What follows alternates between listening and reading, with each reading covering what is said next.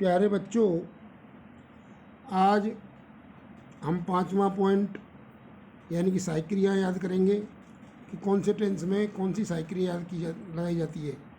देखो, ये बहुत ही आसानी से आप ढंग से ध्यान रखेंगे तो बहुत ही आसानी से याद हो जाती है। हम पहली तरह ही लिखेंगे प्रेजेंट इंडेफिनिट को PI ऐसे। तो देखो, प्रेजेंट इंडेफिनिट में प्रेजेंट इंडेफिनिट डू या डज ये लगाई जाती है। डू या डज साधारण वाक्यों में नहीं लगाई जाती, बहुवचन में डू लगाई जाती है और एक वचन में डज लगाई जाती है। और वाक्य अगर साधारण आ जाए तो नहीं लगाई जाएगी। इस तरह से ये डू और डज। अब आता है पास्ट इंडेफिनिट। तो पास्ट इंडेफिनिट में इसकी सेकंड फॉर्म, यानी एक बात याद रख लो कि जो प्रेजेंट की सहायक क्रियाएँ हैं वे फर्स्ट फॉर्म में और जो पास्ट की सहायक क्रियाएँ हैं वे उन्हीं की सेकंड फॉर्म में। तो डू या डू मान लो फॉर्म है फर्स्ट, तो उसकी सेकंड फॉर्म होती है डिड। तो ये हो गई पास्ट इंडेफिनिट की डिड, और ये सभी के लिए है, एक वचन हो या बहुवचन हो। और ये भी ध्यान रखेंगे कि साधारण वाक्य में नहीं है। जब हमने मुख्य क्रियाएं पढ़ी थी तो उनमें इंडेफिनिट में फर्स्ट फॉर्म थी, लेकिन पास्ट इंडेफिनिट और प्रेजेंट इंडेफिनिट के उनके अपवाद थी, तो वो साधारण वाक्यों के अपवाद थी। इस बात को ध्यान रखा गया है। अब आता है प्रेजेंट कंटिन्यूअस। तो प्रेजेंट कंटिन्यूअस में इज, आर और एम ये कब आएगी, इस बात को ध्यान रखेंगे कि अगर हिंदी वाक्य में पीछे है आ रहा है तो इज, है या हो आ रहा है तो आर, और हूँ आ रहा है तो एम ऐसे आएगी। एक वचन बहुवचन याद नहीं करेंगे इनको। अब आता है पास्ट कंटिन्यूअस। तो इज आर एम क्या है, बीइंग की फॉर्म है। तो इनकी सेकंड जो फॉर्म होती है वो होती है बाजबर, यानी इज आर एम बाजबर और बीन ये बी की फॉर्म है। यानी फर्स्ट फॉर्म तो इज आर एम है और सेकंड फॉर्म बाजबर है। अर्थात प्रेजेंट जो टेंस होता है वो फर्स्ट फॉर्म में होते हैं सहायक क्रियाएँ, और जिसकी सेकंड फॉर्म होती है वे पास्ट की सहायक क्रिया होती हैं। तो इस तरह से ये हो गई प्रेजेंट की सहायक क्रिया, present continuous is are am और पास्ट कंटिन्यूअस बाजबर। तो बाज कब आएगी, ये भी एक वचन बहुवचन में नहीं है हमारे यहाँ, इसको याद करेंगे। था या थी हिंदी वाक्य में आ जाए पीछे तो बाज, और थे या थी आ जाए तो बर। जैसे मीरा भरतपुर जा रही थी तो ये बाज आएगी, और शीला और राधा भरतपुर जा रही थीं तो इसमें बर आएगी। अब आता है प्रेजेंट परफेक्ट। प्रेजेंट परफेक्ट इसमें हैज और हैव।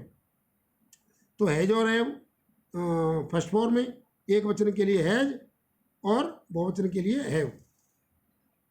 तो हैज हैव ये क्या है, हैव की फर्स्ट फॉर्म है। अब हैड इसकी सेकंड फॉर्म है। तो पास्ट परफेक्ट में हैड ये सभी के लिए है। तो जैसे डिड भी सभी के लिए है, तो ये यहाँ पर हैड भी सभी के लिए है। अब आता है प्रेजेंट परफेक्ट कंटिन्यूअस। तो प्रेजेंट परफेक्ट कंटिन्यूअस में हैज बीन और हैव बीन, तो ये भी उसी की है, बीन लग गया है खाली, तो इसके सेकंड फॉर्म होगी हैड बीन। तो पास्ट परफेक्ट कंटिन्यूअस में हैड बीन। तो हमने ये ध्यान रखा है कि जो प्रेजेंट की जो सहायक क्रिया हैं वो फर्स्ट फॉर्म में, और पास्ट की जो सहायक क्रियाएँ वे उन्हीं की सेकंड फॉर्म में। तो इस तरह से हम उन्हें याद करेंगे। अब हम फ्यूचर में आते हैं। तो फ्यूचर भी बहुत सरल है। देखो, फ्यूचर में बिल और सेल है। क्या है, बिल और सेल। तो सेल क्या है, आई वी, ओनली आई वी के लिए सेल है। फ्यूचर इंडेफिनिट में सेल है ओनली आई वी के लिए, और जो और कुछ भी हो आई वी के अलावा उन अन्य के लिए बिल है।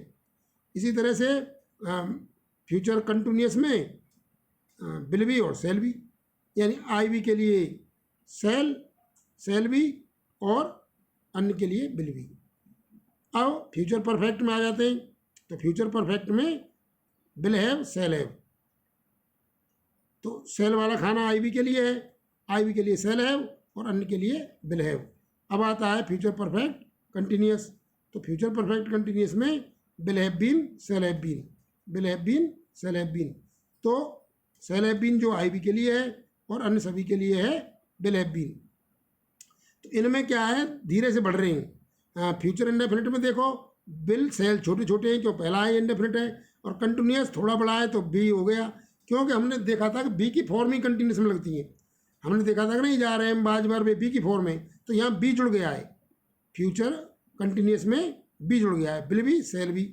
और हैव लगते हैं परफेक्ट में सभी में। आपने देखा था has, has have present perfect में, और हैड उसकी वो थी, वो फास्ट परफेक्ट में थी, तो यहाँ हैव जुड़ जाएगा विल और सेल में, तो ये हो जाएगा फ्यूचर परफेक्ट। तो ये ध्यान रखेंगे कि भाई परफेक्ट में हैव आता है और हैव बीन आती है परफेक्ट कंटिन्यूस में। इन 2-3 बातों को ध्यान रखेंगे। तो फ्यूचर परफेक्ट कंटिन्यूस में भी will have been, shall have been धीरे से बढ़ गया है। Will shall, will be, shall be, will have been, will have shall have, और will have been shall have been, ये धीरे से बढ़ के। अब इसके 2 ये नियम ढंग से याद करेंगे। ये नोट्स में लिखे हुए हैं कि सहायक क्रिया में कितने भी भाग हों, टुकड़े हों, जैसे किसी में एक होता है डू है, डज है, हैज है, हैव है, एक एक टुकड़े, लेकिन हम देख रहे हैं हैव बीन, हैज बीन 2-2 टुकड़े, और will have been, shall have been 3-3 टुकड़े। तो कोई भी टुकड़ा हो, कितने भी, लेकिन जब हम नेगेटिव या इंटेरोगेटिव बनाएंगे तो उनके एक टुकड़े के बाद नॉट या इंटेरोगेटिव बनाएंगे तो कर्ता से पहले एक टुकड़ा लिखेंगे। तो एक टुकड़ा ही काम करता है सहायक क्रिया की तरह, विशेषकर जब वो सेंटेंस नेगेटिव हो या इंटेरोगेटिव हो। इस बात को ध्यान रखेंगे। अब दूसरी नोट देखो, दूसरा नियम क्या है।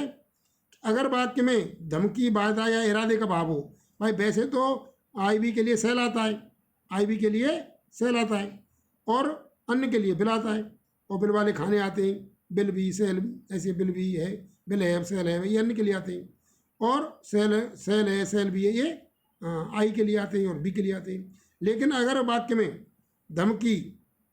में धमकी, वायदा या इरादा हो, इरादे का भाव हो, तो आई बी के लिए उल्टा हो जाएगा। आई बी के लिए बिल वाला खाना आएगा, यानी बिल और बिल बी, बिल हैव से बिल हैव बीन आदि, और अन्य के लिए cell, cell B, cell have been आदि आएगा। इन बातों को ध्यान रखेंगे, इनको याद करेंगे। ये हमारे 5 पॉइंट हो गए हैं। आज इनको याद करके और 5 पॉइंटों को एक जाई याद करके, और थोड़ा सा और सिखाएंगे, थोड़ा सा बताएंगे, थोड़े से नियम, और फिर तुम बनाने सीख जाएंगे। कल हम इसका अभ्यास करेंगे। धन्यवाद।